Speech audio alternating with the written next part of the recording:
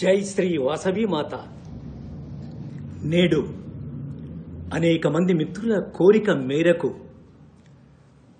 ఆర్య వైశ్యుల కులదేవత ఆది పరాశక్తి శ్రీ వాసవి మాత జీవిత విశేషాన్ని, అమ్మ ప్రపంచానికి అందించిన సందేశాన్ని, ఆర్యవైశ్యులు ఆదర్శవంతులుగా సమాజ సేవలో పాలు పంచుకుంటున్న తీరు గురించి, ముఖ్యంగా అమ్మవారి మహిమలు, అమ్మవారి జీవిత చరిత్ర విశేషాలు మీతో పంచుకోవాలని నేడు లైవ్గా నేను మీ ప్రపంచ రికార్డుల గ్రహీత కవిరత్న డాక్టర్ చింతల శ్రీనివాస్గా మీ ముందుకొచ్చాను.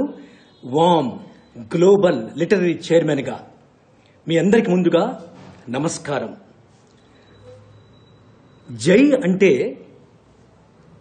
పరమశివుడు, జేఏవై, జై అంటే పరమశివుడు శివుడైతే, శ్రీ అంటే శుభములనిచ్చినది, శక్తినిచ్చినది పార్వతీమాత అయితే జై శివ. జై అర్థం శివుడు, శ్రీ అర్థం పార్వతీమాత. వాసవి అంటే వసుదేవుని చెల్లెలు. వసుదేవుడు ఎవరు? వాసుదేవుడు ఎవరు? శ్రీకృష్ణుడు. శ్రీకృష్ణుని చెల్లెరు మాయాదేవి. జై శ్రీ వాసవి మాత, జగన్మాత. అందుకే జై వాసవి, జై జై వాసవి కన్నా నేను అనేక సందర్భాల్లో, శుభ సందర్భాల్లో చెప్పాను. వాసవి క్లబ్స్ ఇంటర్నేషనల్ వారికి, అలాగే ప్రపంచ ఆర్యవైశ్య మహాసభ వారికి ఆ ధోరణితోనే AVOPA, all India AVOPAs, federation of AVOPAs of India వారికి కూడా చెప్పాను. అందరూ కూడా ఒప్పుకున్నారు. ఎప్పుడు కూడా మనము అమ్మను జై వాసవి కాకుండా జై శ్రీ వాసవి మాత, జై జై మాత అని తప్పనిసరిగా అమ్మను మనము అడ్రస్ చేయాలి, ప్రస్తుతించాలి, వేడుకోవాలి అని చెప్తున్నాను. జై శ్రీ వాసవి మాత. ఈనాడు పశ్చిమ గోదావరి జిల్లాలో పెనుగొండలో ఆనాడు అమ్మ అవతారమూర్తిగా వెలిచినటువంటి ఒక చోటు. వైశాఖ శుద్ధ దశమి నాడు శ్రీ వాసవి మాత అవతరించారు. ఎవరితో? విరూపాక్షుడితో. అయితే చిత్రకంఠుడు అనే గంధర్వుడు వేదాలను బట్టి అనాదిగా మన అత్యద్భుత కాల చక్రంలో పేర్కొనబడినట్టుగా శ్రీ వాసవి మాత ఆదిపరాశక్తి. కన్యక అంటే సకల శుభాలను కలిగించు దేవదేవత, దేవతలకు దేవీలకు దేవత, దేవదేవత శ్రీ వాసవి మాత. అయితే అమ్మ అవతరించిన రోజు జయంతి కాదు, అమ్మ ఆది పరాశక్తి కనుక, ఆది పరాశక్తికి ఆది మధ్యాంత రహితురాలు కనుక మానవ మాతృలకు తన లీలా మానుష రూపంలో ఈ భూమండలానికి, ప్రపంచానికి వచ్చింది కనుక అమ్మను మనం ఎప్పుడు కూడా ఒక జయంతి అంటే మహాత్ములకు, సిద్ధులకు, ముఖ్యంగా ప్రవక్తలకు, అలాగే ఒక అసాధారణ ప్రతిభ గల స్త్రీ పురుష మూర్తులకు, మనుషులకు పుట్టిన రోజును జన్మదినం, జయంతి అంటాం. కానీ అమ్మవారి పుట్టిన రోజును వైశాఖ శుద్ధ దశమి నాడు, శుక్రవారం నాడు అమ్మ పుట్టిన సందర్భాన్ని పురస్కరించుకొని అవతారం. అందుకే శ్రీ వాసవి జయంతి కన్నా శ్రీ వాసవి మాత అవతారం అనాలి. అలాగే మాఘ శుద్ధ విడియ నాడు అమ్మ తన అవతారాన్ని చాలించారు. అంటే ఏమిటి? ఆత్మార్పణ చేసుకున్నారు అమ్మ. అది ఎందుకు మీకు చెప్తాను. అనేక విషయాలు, ముఖ్యమైన విషయాలు మీతో చర్చిస్తాను, మీతో పాలు పంచుకుంటాను. అయితే అమ్మ అవతరణ దినోత్సవము మనం అనుకుంటున్న జయంతి అయితే, అమ్మ ఆత్మార్పణ రోజు, అగ్ని ప్రవేశము చేసిన రోజు, లోకశాంతికై, విశ్వశాంతికై, విశ్వజనని, విశ్వమాత శ్రీ వాసవి మాత తను మాఘ శుద్ధ విదియ నాడు గోదావరి తీరంలో ముక్కమల క్షేత్రం వద్ద తను 102 అగ్నిగుండాలతో తాను కూడా ఒక అగ్నిగుండంలో ప్రథమంగా ప్రవేశించిన రోజే మాఘ శుద్ధ విదియ. అయితే అమ్మ పూర్వ జన్మల్లో కీర్తి కన్య, సాలంకాయన మహర్షి దేవదత్తుణ్ణి ప్రబోధిస్తూ ఉద్బోధిస్తూ దేవదత్తుడికి వారిని సంబోధిస్తూ కీర్తి కన్య. అయితే అమ్మ దేవదత్తుడి పరాశక్తి ఆదిపరాశక్తి అంశగా కీర్తి కన్యగా ఉన్న సమయంలో చిత్రకంఠుడు అనే గంధర్వరాజు కీర్తి కన్యను తనకిమ్మంటారు. వైశ్యులు ఎప్పటికి కూడా వారు సిద్ధ వైశ్యులే. వారు 102 గోత్రాల ఆర్య వైశ్యులే. అయితే కీర్తికన్యను చిత్రకంఠుడు గంధర్వుడు ఆనాడు తనకిమ్మని వివాహం చేయమని అడిగినప్పుడు కులాంతర వివాహము మతాంతర వివాహము అని కాకుండా అమ్మ జగజ్జనని అనే ఉద్దేశంతో సిద్ధ వైశ్యులు ఒప్పుకోరు, కైలాసంలో ఉంటారు. వారు బొందితో అంటే ప్రాణంతో మోక్షాన్ని పొందినవారు. శివుడి తత ఆది పరాశక్తి పార్వతీమాత వారి యొక్క శుభాశిస్సులతో దివ్యాశిస్సులతో మహా ఆశిస్సులతో సిద్ధవైశ్యులు కీర్తికన్యను చిత్రకంఠుడికి ఇవ్వడం ఒప్పుకోపోతే వారు కోపగించి చిత్రకంఠుడు గంధర్వు కోపగించి మీరు భస్మమై ప్రపంచంలో భూలోకంలో పుడతారు అని శపిస్తాడు. కీర్తికన్యను తనకు ఇవ్వని ఆనాటి సందర్భంలో వారు కూడా నీవు కూడా భూలోకానికి ఎత్తించుతావు, అలాగే అధర్మపరుడిగానే ఇప్పుడు అడిగావు, అప్పుడు అధర్మపరుడివే ప్రభువే అయినప్పటికీ కూడా నీవు మరణిస్తావు. కీర్తి కన్య ఈ ఆదిపరాశక్తి యొక్క శాపంతో మరణిస్తావు అని వారు కూడా శపిస్తారు. ఇది పూర్వగాథ. అయితే మన అమ్మ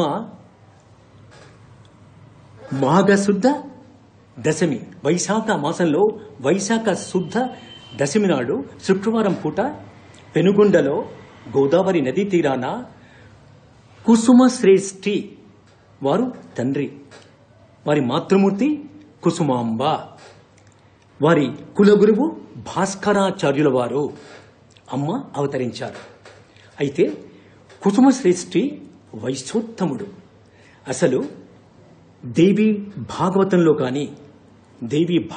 కానీ ముఖ్యంగా మనకు తెలిసినటువంటి విషయం ఏంటంటే దేవి భాగవతంలో మహాశివుడే వైశ్యులను సిద్ధ వైశ్యులను శ్రేష్ఠులు అని అన్నారు. శ్రేష్ఠులు అంటే ధర్మబద్ధులు, న్యాయబద్ధులు, సంఘబద్ధులు, సేవా తత్పరులు, నీతి నియమాలకు ప్రథములు, అహింసావాదాన్ని కోరేవారు, సత్యం పలుకువారు, నిత్యము ధర్మార్థ కామ మోక్ష చతుర్విధ పురుషార్థాలను వారు తమ జీవితంలో ఆచరించేవారు అని మనకు అర్థమైనటువంటి ఒక ముఖ్య విషయం. అయితే కుసుమశ్రేష్ఠి తను 18 పట్టణాలను వాటన్నిటిని కూడా తన కింగ్డమ్ తన యొక్క సామ్రాజ్యంలో ఉంచుకొని తను పెనుగొండను రాజధానిగా చేసుకుని అత్యంత ధర్మబద్ధ పాలన చేస్తున్నారు. కుసుమగుప్తుడు, కుసుమశ్రేష్ఠి, అలాగే కుసుమాంబ. అయితే ఎంతకాలానికి వారికి సంతానం కలగలేదు. సకల సంపదలున్నాయి. అంగ, వంగ, కళింగ, మాళవ, మత్స్య, చేది, అవంతి, గాంధార, కాంబోజ, సౌరాష్ట్ర, ఆస్మక, వేంగి ఆనాటి దేశాలైతే వేంగి దేశంలో 18 పరగణాలతో అద్భుతమైన పాలన చేసినటువంటి ఒక రాజుల్లో కుసుమశ్రేష్ఠి ఒకరైతే అన్ని తులతూగుతున్న సకల సంపదలు ఉన్నా ఒక్కటి మాత్రం బాగా వారిద్దరిని ఈ వైశ్యోత్తములను పీడించసాగింది. ఏమిటది?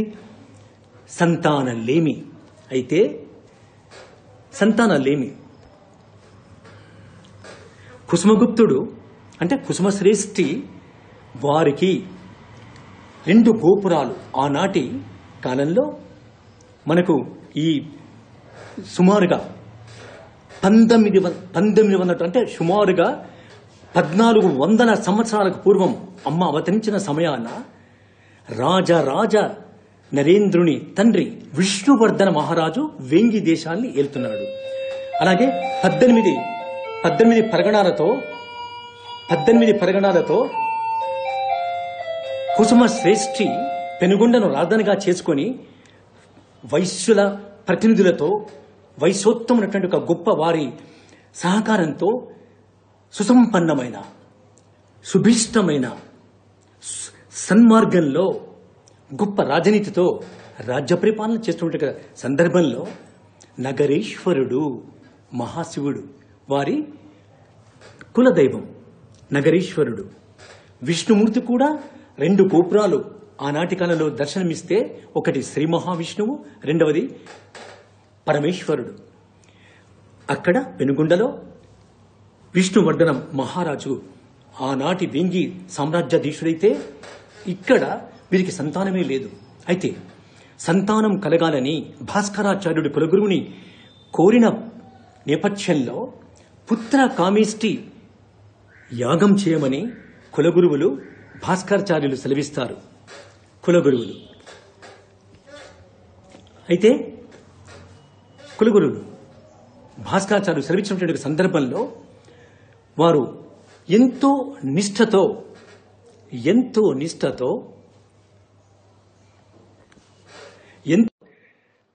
పుత్రకామిష్టి యాగం చేసిన సందర్భంలో యజ్ఞ పురుషుడు అంటే అగ్నిదేవుడే ఆ అగ్నిగుండము నుండి అంటే యాగ గుండం నుండి పైకి వచ్చి పాయసమిస్తారు.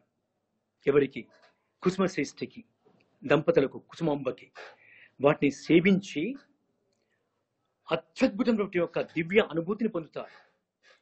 అమ్మ శ్రీ వాసవి మాత కృతయుగంలో రేణుకాదేవి అవతారమెత్తారు. అలాగే త్రేతాయుగంలో సతీదేవిగా, అలాగే ద్వాపర యుగంలో మాయాదేవిగా, శ్రీకృష్ణుని చెల్లెమ్మ మాయాదేవి. మనము దేవి భాగవతాన్ని క్షుణ్ణంగా చదివితే తెలిసే ముఖ్యాంశాల్లో ఒకటి అమ్మ మాయాదేవి, శ్రీకృష్ణ భగవానుని చెల్లెమ్మ. కంసుని మరణానికి, ధర్మ సంస్థాపనకు, పరిత్రాణాయ సాధూనాం వినాశాయ చతుష్టుధాం ధర్మ సంస్థాపనాదాయ సంభవామి యుగే యుగే అన్న సందర్భంలో మనము అయితే ద్వాపరయుగంలో మాయాదేవిగా, ఇప్పుడు ఈ కలియుగంలో అమ్మ శ్రీ కన్యకగా, వాసవి మాతగా మనకు దర్శనమిచ్చారు. కృతాయుగంలో రేణుకా మాతగా, త్రేతాయుగంలో సీతాదేవిగా, ద్వాపర యుగంలో మాయాదేవిగా, కలియుగంలో శ్రీ వాసవి మాతగా. అందుకనే శ్రీ వాసవి మాత విశ్వజనని. అందుకే అఫీషియల్ ప్రేయర్, అధికారిక ప్రార్థన, విశ్వజనని వాసవి మా హృదయ గీతి అందుకో, నిత్య పూజ్య సత్య సింధు ఆత్మహారతి అందుకో, కలం పారగ గళం సాగగ సేవ వీణియ మ్రోగగా, విశ్వజనని వాసవి మా హృదయ గీతి అందుకో. సౌహార్ద ఆర్ధత నిండగా, స్నేహదీపం వెలుగగా, సహకార బంధం నిలువగా, ప్రగతి పుష్పం విరియగా, భక్తితో నేను కొలుతుము, విశ్వశాంతికి నిలుతుము అన్నదే ప్రపంచ వ్యాప్తంగా ఆర్య వైశ్య మహిళ అంటే స్త్రీ పురుషుల అన్ని సేవా సంస్థల్లో అంతర్జాతీయ విశ్వస్థాయిలో మన అధికారిక ప్రార్థన. ఆ అమ్మ నన్ను కరుణించి నాపై నన్ను అనుగ్రహించి ఆ ప్రార్థనను నేను రచించేలా చేసింది. ఆ ప్రార్థన రచయితగా కవిరత్న డాక్టర్ చింతల శ్రీనివాస్గా మీ అందరికి మరోసారి నమో వాకాలు అర్పిస్తున్నాను. శ్రీ వాసవి మాత వైశాఖ శుద్ధ దశమి రోజున జన్మించారు. వసంత ఋతువప్పుడు ఎక్కడ చూసినా మంగళ వాయిద్యాలు మోగాయి, పూల వర్షం కురిసింది, ఆకాశమంతా ఒక అత్యద్భుతమైన ఒక దివ్య తేజస్సు వారికి కనిపెడింది. అలాగే మంగళ వాయిద్యాలు వినపడ్డాయి, అనేకానేక శుభ శకునాలు కలిగాయి. ఎప్పుడు అమ్మ తర్వాత విరూపాక్షుడు అన్నయ్య, విరూపాక్షుడు బాలుడు శ్రీ వాసవాంబ బాలిక కవలులుగా జన్మించారు, అవతరించారు. అయితే శ్రీ వాసవాంబ పుట్టక నుండే, తను అవతరించినప్పటి నుండే అనేకానేక లీలలు చూపించారు అమ్మ. అమ్మ చూపిన మహిమలు అమోఘము. అయితే శ్రీ వాసవాంబ అలాగే విరూపాక్షుడు, వీరిద్దరికి పేర్లు పెట్టింది ఆ బాలికకు, బాలుడికి పేరు పెట్టింది కులగురువు అనేటువంటి భాస్కరాచార్యుల వారు. ఉద్దండ మహాపండితుని పిలిపించి శ్రీ భాస్కరాచార్యుల వారి యొక్క పర్యవేక్షణలో వారి యొక్క జాతకాలు పరిశీలించగా అమ్మ ఆది పరాశక్తి అంశగా, విరూపాక్షుడు నంది మహనీయుడిగా, ఒక మహామహితాత్ముడిగా వారు నిర్ధారించారు. అమ్మ 6 నెలల ప్రాయం ఉన్నప్పుడు, శ్రీ వాసవాంబ 6 నెలల ప్రాయం ఉన్నప్పుడు తల్లి కుసుమాంబ తినమని, చిన్న పాప 6 నెలలు, పాలు తాగమని తినమని అడిగినప్పుడు మారం చేసింది. నోరు తెరవమని అడిగితే అమ్మ నోరు తెరిచారు. శ్రీ వాసవాంబ నోటిలో ఆనాడు బాలకృష్ణుడు యశోదమ్మ అడిగితే వెన్నెలు దొంగిలించావా, తింటున్నావా అని అన్నప్పుడు, అలాగే అమ్మ తినిపించేటప్పుడు, గోరుముద్దలు పెట్టేటప్పుడు నోరు తెరిస్తే అఖిలాండ బ్రహ్మాండాలు, సర్వ జగత్తు, విశ్వములోని సకల పర్వతాలు, నదీ నదాలు, విశ్వములోని సంపూర్ణ స్థితి, అలాగే లయలు, ముఖ్యంగా బ్రహ్మాండమంతా కూడా అమ్మ తన నోటిలో దర్శనమిచ్చారు 6 నెలల ప్రాయంలోనే. అది శ్రీ వాసవి మాత మహిమ కాక మరేమి. అలాగే అప్పుడు దీపావళి సందర్భంలో, నవరాత్రుల శుభ సందర్భంలో అమ్మవారు అంటే కుసుమాంబ, శ్రీ వాసవి మాత మాతృమూర్తి వారు తమ రాజమందిరంలో అమ్మవారి స్వర్ణ ప్రతిమ, దానిని పీఠంపై ప్రతిష్ఠించానని చూడగా, అమ్మవారి స్వర్ణ ప్రతిమను ఆనాటి దీపావళి నవరాత్రుల మహిమాన్విత సందర్భంలో ప్రతిష్ఠించి పూజించాలని చూడగా, అప్పటికే అమ్మ శ్రీ వాసవి మాత ఆదిపరాశక్తి ఆ పీఠంపై నిలబడి ఉంటుంది అమ్మ అనుగ్రహిస్తూ. అయితే కుసుమశ్రేష్ఠ కుసుమాంబలో ఆశ్చర్యచకితులై అక్కడ ఉన్న బంధుజనులంతా విస్మయం చెంది భాస్కరాచార్యుల వారిని సమీపించి వారిని పిలిపించి చూడగా, వారు దివ్య దృష్టితో చెప్పినటువంటి విషయం ఏమిటంటే, అమ్మ ఆది పరాశక్తి, ఇందులో ఎలాంటి పొరపాటు కానీ మనకు ఎలాంటి ఇబ్బంది కానీ లేదని చెప్పిన పక్షంలో అందరూ వినమ్రులై అమ్మకు మొక్కి, భయ భక్తులతో అమ్మకు మొక్కి అమ్మ యొక్క అనుగ్రహాన్ని పొందుతారు. అలా అనేక సందర్భాలలో అమ్మ తన నిత్య కృత్యాలలో కోకొలలుగా మహిమలు చూపింది. ఎవరు? శ్రీ వాసవి మాత. అమ్మ యుక్త వయస్కురాలవుతుంది. అయితే అమ్మకు విరూపాక్షుడికి ఇద్దరికి వారికి గురుకులంలో విద్యాబుద్ధులు నేర్పించాలి. అమ్మ అసలు సకల శాస్త్ర పారంగతురాలు. అమ్మ సర్వంతర్యామి. అమ్మ సర్వశక్తి సంపన్నురాలు. అమ్మ సర్వకాలాయందు, సర్వస్థితులందు, సర్వ ప్రదేశాలలో సమున్నతమైన స్థాయిలో దివ్య శక్తిగా ఎప్పుడు వెలుగొంతూనే ఉంటుంది. అయినా కానీ అమ్మ మానవ రూపంలో అవతరించారు కనుకనే భాస్కరాచార్యుల వద్ద విద్యాబుద్ధులకు చేర్పించారు.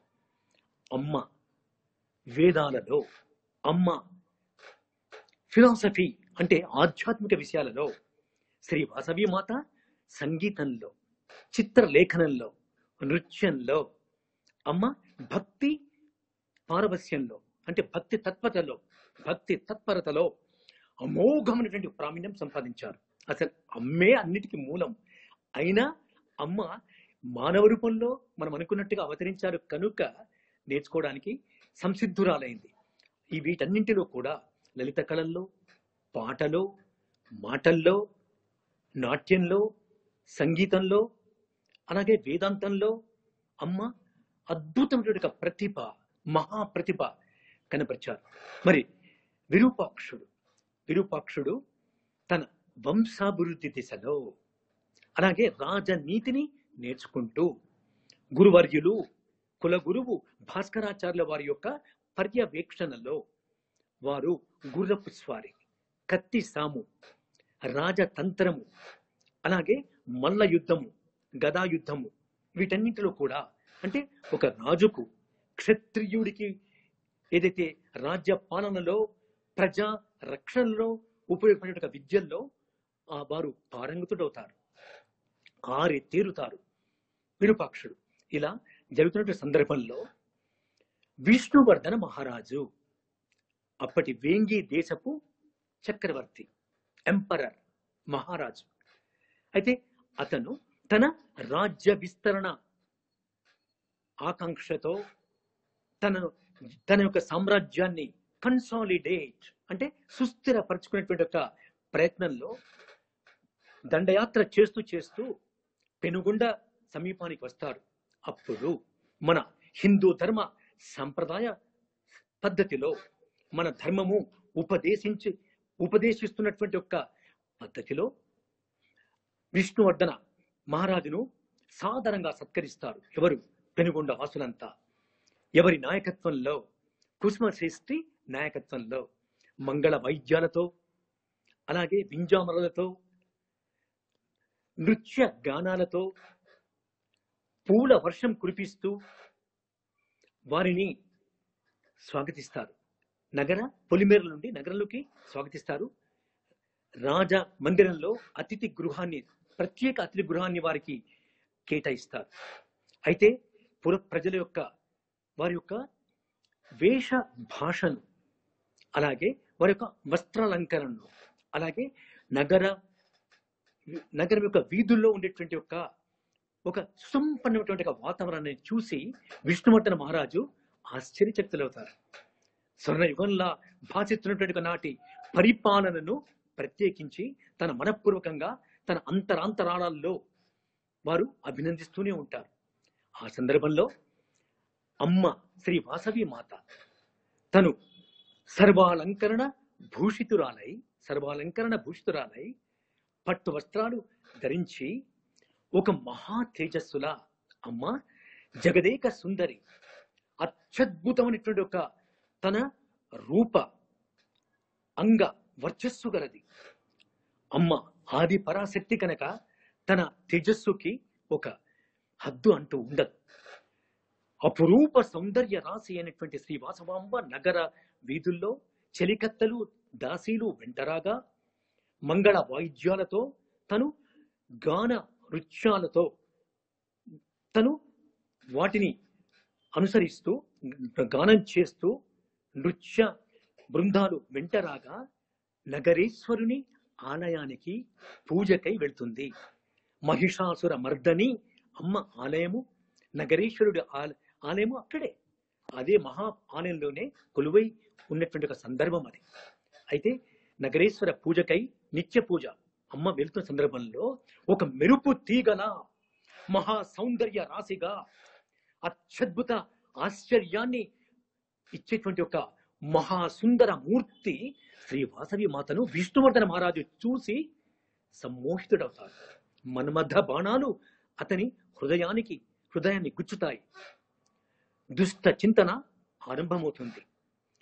నిజానికి ధర్మశాస్త్రాలను మనము పరిశీలిస్తే, నేను చాలా వరకు పరిశోధన చేశాను విత్ రెఫరెన్స్ టు ధర్మము, విత్ రెఫరెన్స్ టు పురాణాలు, అనేక ఇతిహాసాలు, అష్టాదశ పురాణాలు. వాటిలో ముఖ్యమైనటువంటి అంశాన్ని మనము చాలా నిశితంగా చూడాలి.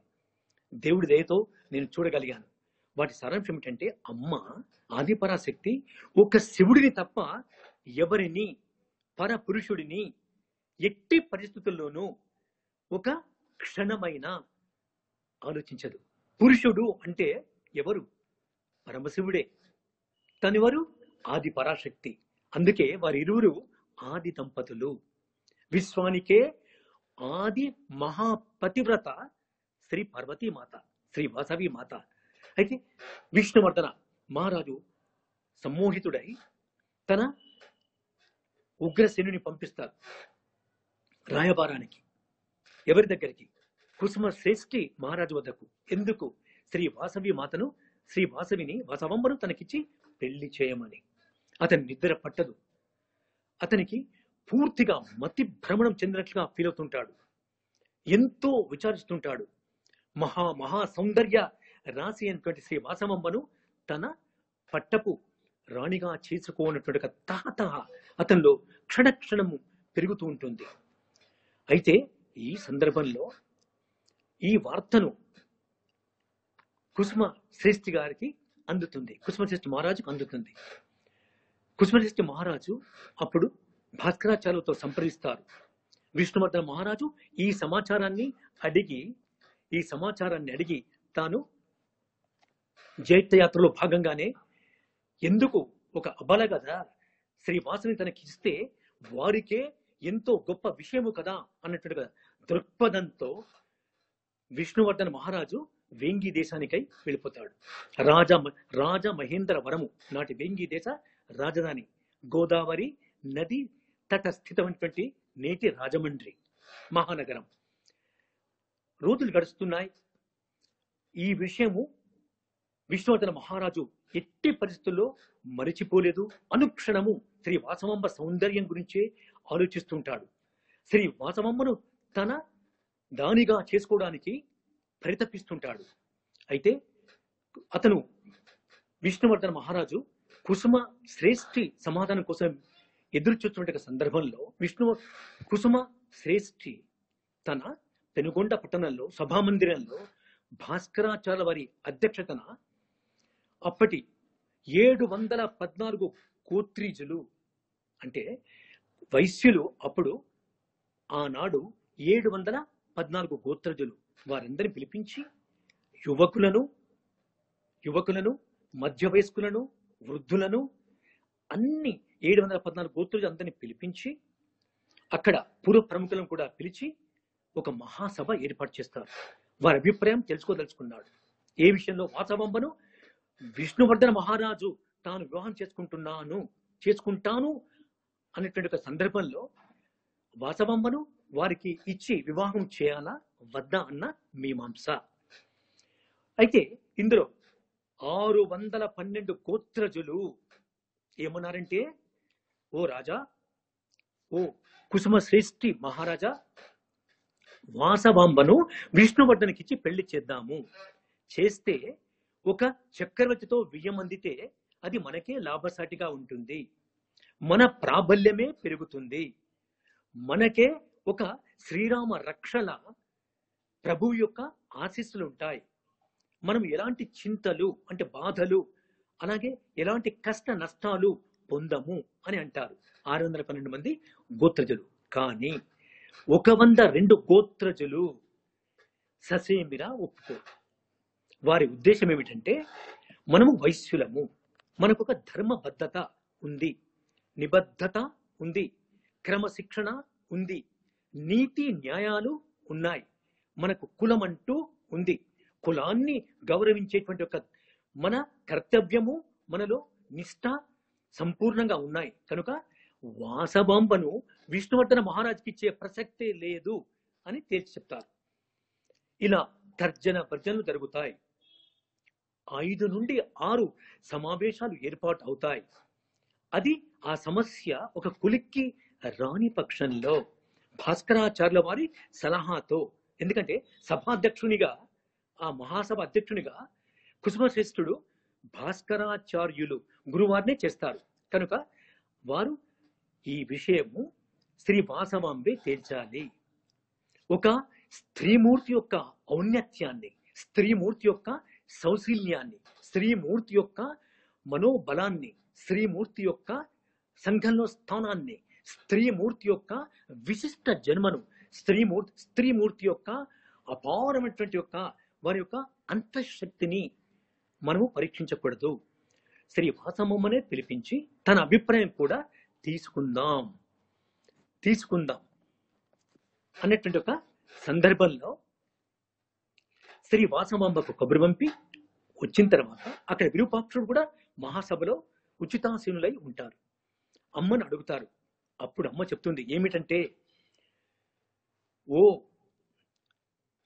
ప్రభు, ఓ గురువర్య, ఓ మహాపురజనులారా, మీ అందరికీ నమస్కారం. నేను వాసవంబను, నేను నగరేశ్వరుడికి మాత్రమే అంకితమయ్యాను. నాకు పరపురుషుడితో వివాహం అంటూ లేదు. నిజానికి నేను కన్యకను. నాకు ఈ అవతారంలోనే, ఈ జీవితంలోనే జన్మాంతము నేను అవివాహితగానే ఉంటాను. ఒకవేళ విష్ణువర్ధన మహారాజు బలవంతం చేసే పరిస్థితుల్లో, తాను మనల్ని శత్రువులుగా భావించేటువంటి ఒక సందర్భంలో మనము భయపడుతున్నాము అన్న నేపథ్యమే మీకుంటే భయపడకండి. శాంతి మనకు అవసరం. అహింస మన పరమధర్మం. ఈ ప్రపంచానికి రెండు ముఖ్య అంశాల్ని, మహాసూత్రాల్ని ఒక ఉపదేశంగా అందించిన మహాదేవి ఎవరో కాదు, శ్రీ వాసవి మాత. ఒకటి శాంతి అంటే పీస్, రెండవది అహింస నాన్ వైలెన్స్. ఈ రెండింటిని ఉపదేశించింది అమ్మ. అందుకనే అమ్మ అవతార మూర్తిలో రెండుంటాయి. ఒక చేతిలో చిలక, ఒక చేతిపై చిలక, మరొక చేతిలో కమలం. చిలక ఎందుకుంటుందంటే, మనము మాట్లాడే విషయము ఏదైనా ఎదుటి వ్యక్తి హృదయాన్ని గాయపరిచేదిగా ఉండకూడదు. చిలుక పలుకులు మధురమైనవి.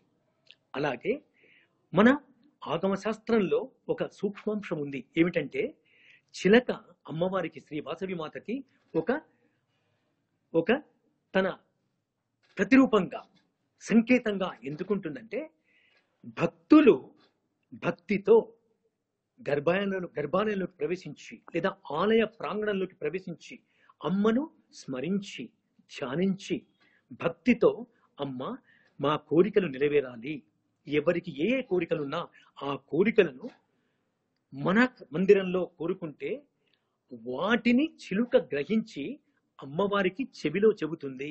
అప్పుడు అమ్మ ఆశీర్వదిస్తుంది, అనుగ్రహిస్తుంది, తథాస్తు అంటుంది అన్నదే ఒక గొప్ప సందేశం.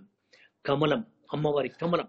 కమల పుష్పం యొక్క ఉద్దేశం ఏమిటంటే, ఈ ప్రపంచమంతా, జగతి అంతా కూడా ఒక సరస్సు అయితే, ఈ సమాజం ఒక బురద గుంటలా మనము భావిస్తే, ఒక బురద గుంటలో నుండి దేనిని తాకకుండా, బురదను తాకకుండా స్వచ్ఛంగా, స్వచ్ఛందంగా, ఒక కాంతివంతంగా వికసిత పుష్పంగా, ఎలాగైతే తామర పువ్వు పుష్పం సరస్సు యొక్క తలను చీల్చుకొని పైకొచ్చి ప్రపంచానికి ఒక స్వచ్ఛతను, ఒక కాంతిని, పరిమళాన్ని, ఒక మనో అభినివేష్టాన్ని ప్రతిష్ఠింపజేస్తుందో, అలా తామర పుష్పం కూడా మనము ఈ పాపపంకినటువంటి ఒక జగతిలో ఉంటూ కూడా తామరల అంటని బురదను అంటని విధంగా పాపరహితంగా పుణ్య కార్యాల్ని ఆచరిస్తూ మోక్ష ప్రాప్తి పొందాలని తెలిపేదే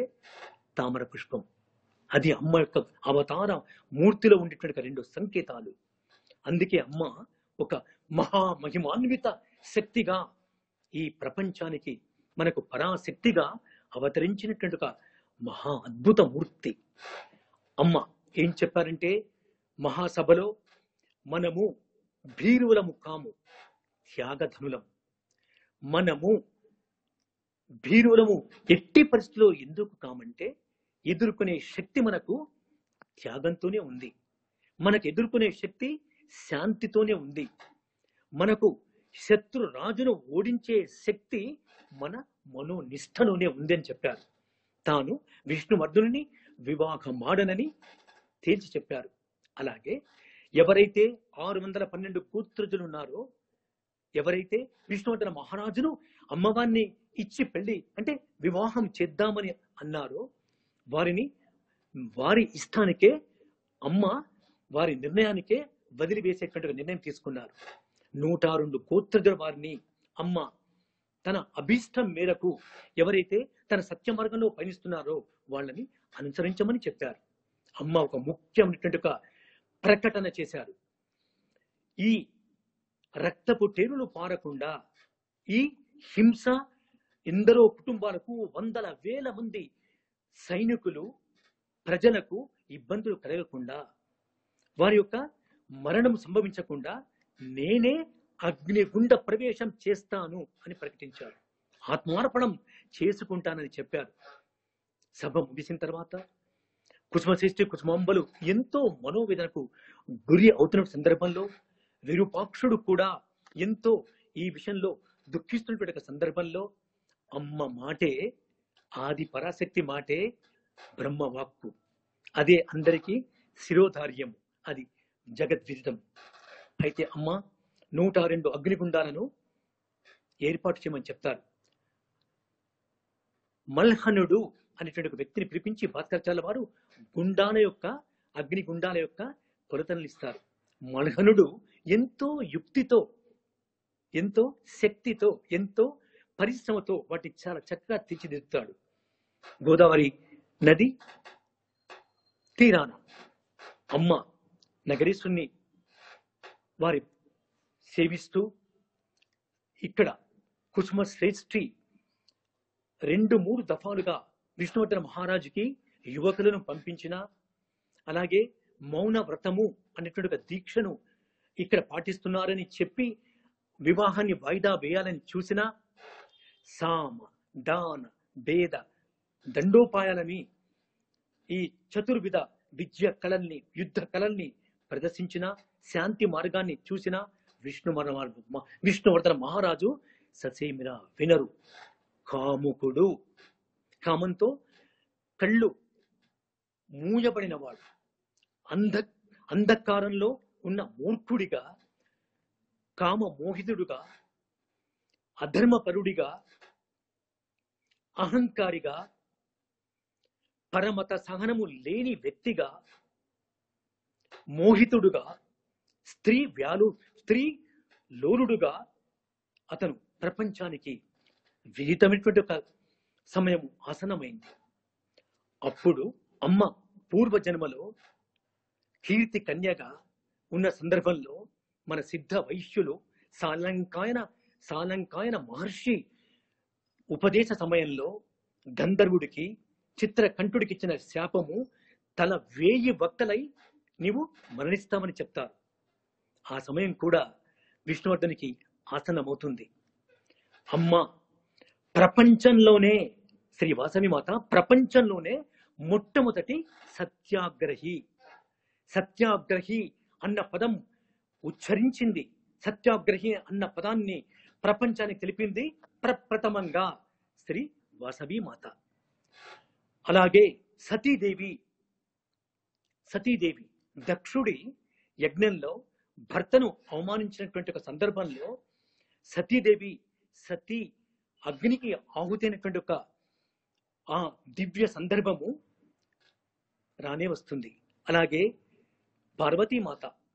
పార్వతీమాతను కూడా ఎన్నో రకాలుగా పర్వతరాజు పుత్రికను అగ్నితో సమానమైనటువంటి ఒక వ్యక్తిగా అగ్నిదేవుడే అభివర్ణించిన సమయం ఆసన్నమవుతుంది. సీతామాత అగ్ని ప్రవేశము చేసి తన సౌశీల్యాన్ని శ్రీరామచంద్రుడు కోరిన మేరకు ప్రపంచానికి తెలపాలని చేసినటువంటి ఒక గొప్ప మహిమాన్విత ప్రయత్నము, అగ్ని ప్రవేశము, అది జరిగేటువంటి ఒక సందర్భం రానే వస్తుంది. అమ్మ ప్రప్రథమ సత్యాగ్రహి. అమ్మ శ్రీ వాసవిమాత ప్రథమ ప్రపంచ అహింసావాది. అమ్మ అగ్నిగుండ ప్రవేశానికి సంబంధించి అందరినీ కంకణాలు ధరించమని చెప్పిన సందర్భం రానే వచ్చింది. అయితే ఎవరైతే ఈ 102 గోత్రజులు ఉన్నారో వారు అమ్మ అఖండ భక్తులు అవుతారని, అయ్యారని, అవుతూ ఉంటారని, వంశ పారంపర్యంగా వృద్ధి చెందుతుంటారని, ప్రథమంగా ఆర్య వైశ్యులు అని దివ్యవాణి శ్రీ వాసమాంబే చెప్పారు. ఈ 612 గోత్రజులు భయపడి విష్ణువర్ధన మహారాజు పంపినటువంటి ఒక సైన్యాలకు భయపడి ఎన్నో చోట్లకు పారిపోతారు. ఎన్నో రకాలుగా వారు కష్టాన్ని అనుభవిస్తూ ఉంటారు. అది మనకు చరిత్ర చెప్తున్నది కూడా. అయితే కంకణాలు ధరించి అమ్మవారు తల్లిదండ్రులను, మాతృ దేవతలను కోరుతుంది. ఏమని? ఒకరోజు రాత్రి నాకు పూర్తిగా నేను ఒంటరిగానే నేను వింధ్యావాసిని, మహిషాసుర మర్దిని వింధ్యావాసిని అమ్మవారికి నేను అమ్మవారి ప్రాంగణంలో, గర్భగుడి ప్రాంగణంలో తపస్సు చేసుకుంటానని చెప్తారు శ్రీ వాసమంబ. సరే అని చెప్తారు. అమ్మ ఒక్కరే హారతి, పసుపు, కుంకుమ, పూలు తీసుకొని వెళ్ళి వింధ్యావాసిని ముందు తను ధ్యాన ముద్రలో పద్మాసనంలో కూర్చొని ధ్యానం చేస్తూ ఉంటారు. ఇదే అదనుగా విష్ణువర్ధన మహారాజు ఉగ్రసేనుడైనటువంటి ఒక సేనాన్ని పంపితే ఆ సేనాని పన్నాగము పన్ని కళ్ళు కప్పి భటులను అందరినీ కూడా వశపరుచుకొని తాను కూడా ఈ శ్రీ వాసవాంబను ఒకతే వస్తారు కనుక వింధ్యావాసిని సమక్షంలో గర్భగుడి ముందు తనను బందీ చేసి విష్ణువర్ధన మహారాజుకు అప్పగించి మెప్పు పొందాలని చూస్తున్నటువంటి సేనాని ఉగ్రసేనుడు మాటుగా ఉండి గుడిలో మాటుగా ఉండి అమ్మ పద్మాసనం వేసుకుని ధ్యానముద్రలో ఉన్న సమయంలో సమీపించబోయే సందర్భంలో అమ్మ చుట్టూ ఒక మహాకాంతివంతమైనటువంటి వచ్చస్సు, ఒక కాంతి వలయం ఉంటుంది అమ్మ తల చుట్టూ, శరీరానికి కూడా. అలాగే అమ్మవారి నుండి గర్భగుడి నుండి ఉజ్వలోజ్వల జ్వాలలు వచ్చి కళ్ళు మిరుమిట్లు కొలుపుతున్నట్టుగా కళ్లకు మంటలు కలిగి, రెండు కళ్ళకి మంటలుగా ఉగ్రసేనుడికి దృష్టి పూర్తిగా నశిస్తుంది, అంధుడైపోతాడు. అప్పుడు అతను పశ్చాత్తాపడి అమ్మను వేడుకున్న సందర్భంలో శ్రీ వాసమాంబ అనుగ్రహించి తన దివ్య శక్తితో తిరిగి ఉగ్రసేనుడికి దృష్టి ప్రసాదించిన మహిమలు మనకు సుస్పష్టంగా చరిత్ర చెబుతుంది. అయితే అమ్మ వింధ్యావాసిని మహిషాసుర మర్దిని పూజించి అంతఃపురానికి వచ్చి తల్లిదండ్రులకు నమస్కరించి, భాస్కరాచార్య వారికి కూడా నమస్కరించి, అందరూ కూడా మంగళ వైద్యాలతో గోదావరి నది తీరానికి వెళ్ళి 102 అగ్నిగుండాలు ఏర్పడిన సందర్భంలో అమ్మకు ఒక గుండం వేరుగా ఉంటుంది. అప్పుడు అయితే కుసుమ, శ్రేష్ఠి స్వాంబలు కూడా తాము కూడా అమ్మవారితో పాటుగా అగ్ని ప్రవేశం చేస్తారనేటువంటి వారి యొక్క ఇచ్ఛను వ్యక్తపరుస్తారు. ఆ సందర్భంలో అందరు అక్కడ చేరుకున్న సందర్భంలో భాస్కరాచార్య వారి యొక్క పర్యవేక్షణలో అగ్ని ప్రవేశ ఈ మహత్కార్యం జరిగినటువంటి సందర్భంలో అందరూ అడుగుతారు, అందరూ కూడా అమ్మను వేడుకుంటారు. ఏమని? అమ్మ, ఇప్పటికైనా మీ అవతార విశేషాన్ని, మీ జన్మ కారణాన్ని, మీరు కారణ జన్ములు, మీ యొక్క జన్మ కారణాన్ని తెలుపమని వేడుకుంటారు, ప్రార్థిస్తారు, స్తుతిస్తారు. అప్పుడు అమ్మ విశ్వరూపం ప్రదర్శిస్తుంది. అమ్మ కొన్ని వేల శిరస్సులతో ఉజ్వల కాంతితో అమ్మ ఈ అఖిలాండ బ్రహ్మాండాల అధినేతగా విశ్వరూప ప్రదర్శన చేస్తుంది. అమ్మ ప్రవచిస్తుంది. ఏమని? ఓ వైశ్యోత్తములారా, మీరు సేవాగుణంతో వర్ధిల్లండి. నేను ఆది పరాశక్తిని. నేను మీకెప్పుడు అండదండలు అందిస్తాను, అనుగ్రహిస్తాను. మీరు అహింసా మార్గాన్ని పాటించండి. మీరు దేశభక్తిని పెంపొందించుకోండి. మీరు దాన ధర్మ గుణాలు చేయండి. మీరు వాణిజ్య వర్తకాలను వృద్ధి చేసుకోండి. అమ్మ ఉపదేశించినటువంటి మహోత్కృష్టమైనటువంటి విషయాలు ఆర్య వయసులు ఈ 102 గోత్రజులు వృద్ధి చెందుతారు. మిగిలిన 612 గోత్రజులు కూడా వారు కూడా ఉన్నత స్థితిని పొందుతారు అనేటువంటి ఒక ఉపదేశాన్ని అమ్మ ఇస్తుంది.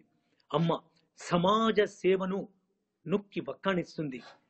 అమ్మ పరోపకారాన్ని చేయమంటుంది. అమ్మ సకల మతాలను కూడా మీరు ఆదరిస్తూ వైశ్య కులాన్ని, వైశ్య వంశాన్ని వృద్ధి చేయమని చెప్తారు. అమ్మ సమాజ శ్రేయస్సును, సమాజ గౌరవ మర్యాదల్ని, కుల గౌరవ మర్యాదల్ని కూడా కాపాడమని ఉద్బోధిస్తారు. అమ్మ అలాగే 102 గోత్రుల వారికి తనతో పాటుగా మోక్షప్రాప్తి కలుగుతుందని చెప్పి అప్పుడు అమ్మ తన నిజ రూపానికి, మానవ రూపానికి వచ్చి అగ్ని ప్రవేశం చేస్తారు. ఆ సమయంలో అగ్నిదేవుడు భయపడి పైకి వస్తారు. అగ్నిదేవుడు ఏమంటారు? అమ్మ, నా అగ్ని కంటే కూడా, నా శరీర అగ్ని కంటే కూడా, నా అగ్ని తత్వం కంటే కూడా మీ శరీర అగ్నితత్వము ఎంతో హెచ్చుగా ఉంది. నేను మిమ్మల్ని ఆవహించలేను, క్షమించమని ప్రార్థిస్తారు అగ్నిదేవుడు. అప్పుడమ్మ అగ్నిదేవ సరే అని చెప్పి అమ్మ తన యొక్క అగ్నితత్వాన్ని తగ్గించుకొని చల్లబడి ఆత్మార్పణ చేసుకునగానే మిగతా 102 కూతురుగా వాళ్ళందరూ కూడా ఆ అగ్నిగుండాల్లో దూకి ఆత్మార్పణ గావించుకుంటారు. ఈ విషయం అంతా తెలుసుకున్న విశ్వవర్ధన మహారాజు సైన్యంతో దండయాత్రకై వస్తూ మార్గ మధ్యలో ఆకాశవాణి చెప్తుంది. ఆకాశవాణి, ఓ రాజా, ఓ దురాత్మ, నీవు మరణించే సమయం ఆసన్నమైంది అని చెప్పి అదృశ్యమవుతుంది. అప్పుడే విష్ణువర్ధన మహారాజు రక్తాన్ని కక్కుకొని తన వక్కలై మరణిస్తాడు. ఈ అన్ని విషయాలను తెలుసుకొని విష్ణువర్ధన మహారాజు కుమారుడు రాజరాజ నరేంద్రుడు తన పరివారంతో ఇక్కడికి వచ్చి అమ్మవారి త్యాగాన్ని, అమ్మవారి అగ్ని ప్రవేశాన్ని, ఆత్మార్పణను తెలుసుకొని విరూపాక్షుణ్ణి, వారి బంధువర్గాల్ని, 102 గోత్రజుల వారందరినీ పరామర్శించి తదుపరి అమ్మవారి దేవాలయాన్ని, అమ్మవారి యొక్క విగ్రహాన్ని ప్రతిష్ఠించి పూజలు గావించి ఇకపై యుద్ధాలు వద్దు, శాంతే కావాలి, ఇకపై హింస వద్దు, అహింసే కావాలి అని విరూపాక్షుడు అలాగే రాజరాజ నరేంద్రుడు ఒక అద్భుతమైనటువంటి ఒక అవగాహనకు వచ్చి సుస్థిర శాంతి పరిపాలన గావిస్తూ విరూపాక్షుడు రత్నాంబతో వివాహం చేసుకుని ఆ తదుపరి వంశాభివృద్ధి చేస్తూ సుభిక్ష పరిపాలన అందిస్తారు. అయితే శ్రీ వాసవి మాత ఈ విశ్వానికి అందించిన సందేశాలు అతి ముఖ్యమైనవి 2. ఒకటి, విశ్వశాంతి కావాలి. 2వది, అహింస ఎప్పుడు కూడా వర్ధిల్లాలి.